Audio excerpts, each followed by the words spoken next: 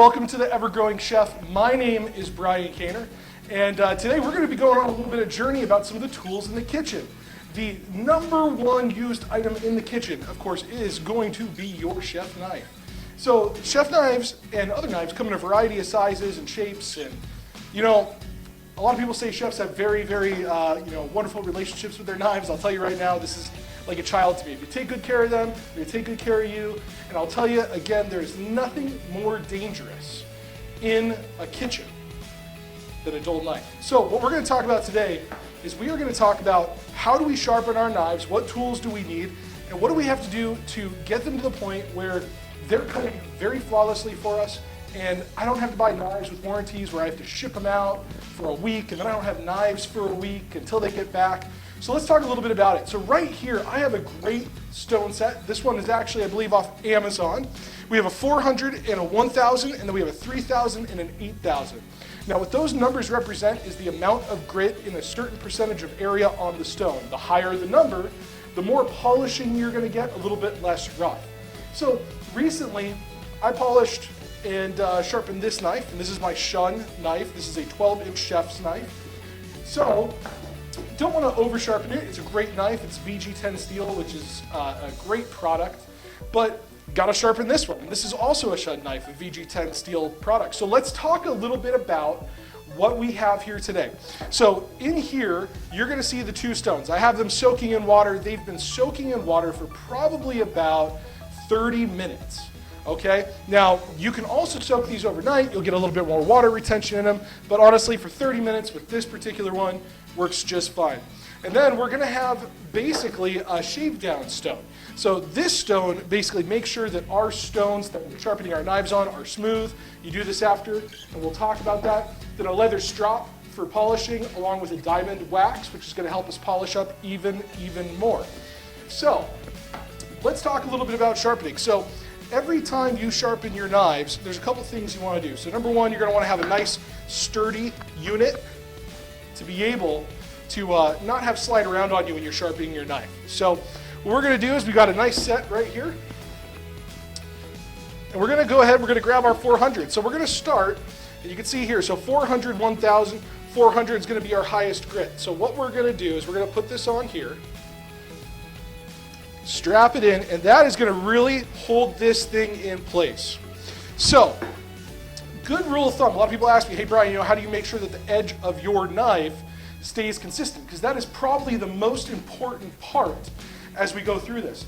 And here I have 2 quarters. Okay, so 2 quarters represent the angle of which you want your knife. So if I'm going to basically be sharpening, if I set my knife down on 2 quarters, whatever that angle comes out to, that's what I'm going to sharpen my knife at, using counter pressure here, and of course I'm going to hold it here. So let's talk a little bit about how we do this. We're going to start at the 400. We're going to go ahead, we're going to get into it. So this has been in water, it's been soaking. We'll add a little bit more water. Yes, this gets messy, it is what it is. But I got a towel here just to clean it up. So what we're going to basically do is, this is very, very cathartic if you take the time, very similar like meditation-wise. Of course, if you're a chef, it's very relaxing. But let's sharpen some knives today. So what I'm going to do is, like I said, on that 2 quarters, I'm going to go ahead and create that angle, and I'm going to go forward and back, consistently showing the knife to the entire board. Do you see that? So I'm using the whole stone. Nothing's being unturned, and I'm going to do this for maybe 30 seconds, maybe a minute. It depends on how bad your knife is. And I'm just going to go ahead and I'm going to sharpen this up. You're going to get some really nice shavings coming off. If it gets dark, don't be concerned, that's normal. And you'll see that there's a little bit of shavings that are coming off there at the end. So again, I'm going to do this for about a minute on this side, and then I'm going to go ahead and I'm going to switch it over, and we're going to go do another on this side. And what I'm doing right now is I am resetting that angle and breaking it down so it's nice and smooth, and that we're going to get a nice cut on it. And you can see I'm doing it evenly on the blade. I'm going back and forth. Really, really easy. So again, you can take this off now, and the nice thing is you can probably feel a little bit of an edge coming through on your knife, and you can do that by putting your thumb at the top and just kind of pulling side to side. You'll feel a little bit of a grab. It tells you, hey, you know what? I'm getting sharp. So let's go ahead. We're going to do this one more time on each side. Just like so. You'll see I'm keeping that angle nice and smooth. Okay? And remember, this takes practice. You can't really mess this up. I mean, you can mess this up, but really, you just re-stone your knife. So here I am. Got about another 30 seconds to a minute on this side. And you want to make sure your time on the other side is just about even. You'll see we got some little build-up there of some stainless that's coming off. Okay? And that's all right. So let's talk a little bit about why do knives cut you more when they're dull? Well, let's face it. If you have a dull knife, and your dull knife slips off something, there's more pressure on that impact. So if I'm cutting a tomato and it slides off, boom, it's going right into my finger. And we really don't want that. So we've done our 400 now. We're going to go ahead, we're going to flip this over, and we're going to turn it to the 1000 here. And you can see some of those shavings really came down from the other side. I'm going to remove as much as possible. I'm going to give it a little bit more of a splash of water here. Get that nice on there, rub it in, make sure it's good to go. And then I'm going to go ahead and I'm going to dip this towel in water, and I'm just going to clean the knife off on the side. I'm going to get any of that extra grit off.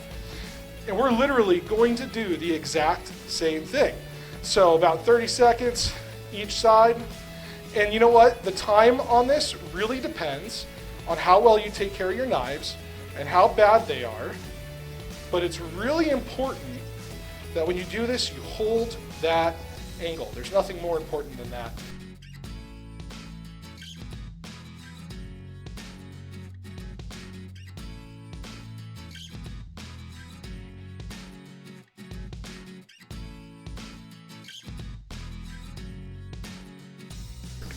So here we go, we're going to go to the other side now. If you feel some good grit on there, that's just it eating it up. You'll hear it, you can hear the difference. Okay? So again, we're going to go on both sides here. We're going to get that polished up. Okay? And we're on the 1000. So, perfect. So we've done the 1000. Ooh, we're getting a nice little edge on there. It's working great. So let's go ahead and we're going to switch to the next one here. All right, so same thing. We're going to go ahead and we're going to switch out here to this 3000 one. Okay? Now, I keep my knives pretty sharp. There is a good possibility at your house when you're doing this that you are going to need to actually do this for a little bit longer on your knives just to get that edge really built up. You know, every edge on a knife is completely different. You have 25-degree angles, 20-degree angles, 15-degree angles. I keep mine at a 15, which helps me with slicing and dicing. If I have a big, a big butcher chopper, I'm probably going to go with like a 20 or a 25, just because as I hit those bones, it's going to go right through. So let's go ahead. We're going to go over here to the 3000. You can see a little bit smoother here. It's nice and green. Keep track of where we're at, and I'm just going to hold that angle, go back and forth. Very nicely. You'll see some of that build up at the end. That's good. That's telling you, hey, it's getting off the little burrs on the knife. It's getting you nice and sharpened up. It's getting ready for the day, and it's going to be used in the kitchen right after this. In fact, we'll do a nice little demo. You'll get to see just how sharp this knife becomes. And you're going to be amazed when you do this at home and you realize how easy it is, how much better it is for you to cook, because you could actually cut that tomato and not destroy it. You can pull right through some meats if you wanted to. So again, we're just going to go two sides. So this is a finer grit, so I'm going to go a little bit longer on this one just because it's going to give it that nice polish. You can see we're getting a little dry up here. I'm going to give it a little bit of water. Okay, just like that. And I'm going to continue to just go ahead and polish this up. And remember, that 2/4, that's where it's all at. That's where your money's at. That 2/4 height, that's your 15-degree mark, or roughly. It's not scientifically proven. Don't hold my feet to the fire on it. So there we go. We've got a nice, beautiful, sharp edge start. So what we're going to do is we're now going to move to the 8000 here, which is on the other side. You can see all these wonderful shavings. If you want to wear gloves during this, you could definitely wear gloves. It'll keep any particles from getting on you. A little easier to wash your hands with.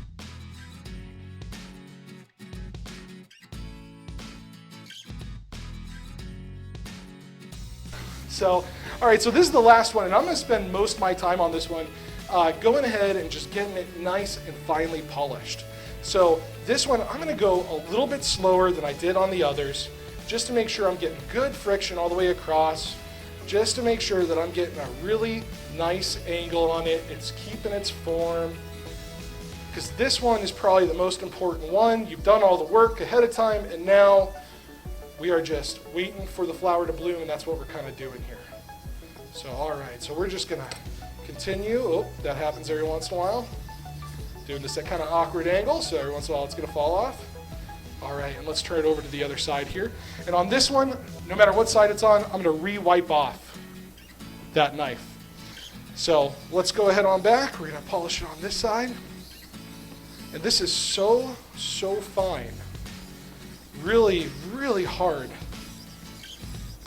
to mess this up unless you just go too fast because you're trying to get it done ahead of time. You gotta be really gentle with this process, really patient, but in the end, it's gonna pay off significantly. Okay, so we've got one very, very, very sharp knife just from doing that, and that took us not too long, right? So let's talk about what's next. So I've got this little stick. This little stick is a wax, and it's got a bunch of little diamond particles in it. And what I'm gonna do is I'm just gonna cut into it, and I'm gonna push on the sides of it, and I'm gonna take my leather strop, this right here, and I'm gonna use the coarse side, and I'm just gonna push it against that. I'll move it up here so you can see. But I'm just gonna push it against that leather strop, just like that. Get it nice and polished up, right? That little diamond particle in there is really gonna play its part. It's gonna shine that edge up, and it's gonna be beautiful. So then there's a thinner part of the leather, a little bit finer grit. So I'm gonna go ahead, I'm just gonna run it over that, make sure I get all my stuff off, okay? And then I am done. That is all it takes to sharpen a knife. And man, this thing is just wicked sharp right now. We're gonna test it out here in just one moment here. And I'm just gonna show you just how this thing just goes right through it. Look at that. I mean, it just barely, it doesn't take any pressure. It cuts right through.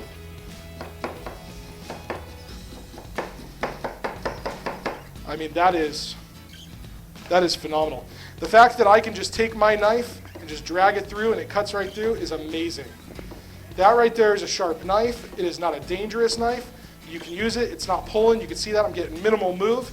And that right there is your best practice to sharpening your knives at home. I want to thank you very much for joining us for episode 1. I hope you do this at home. I hope you go buy a product that does this for you.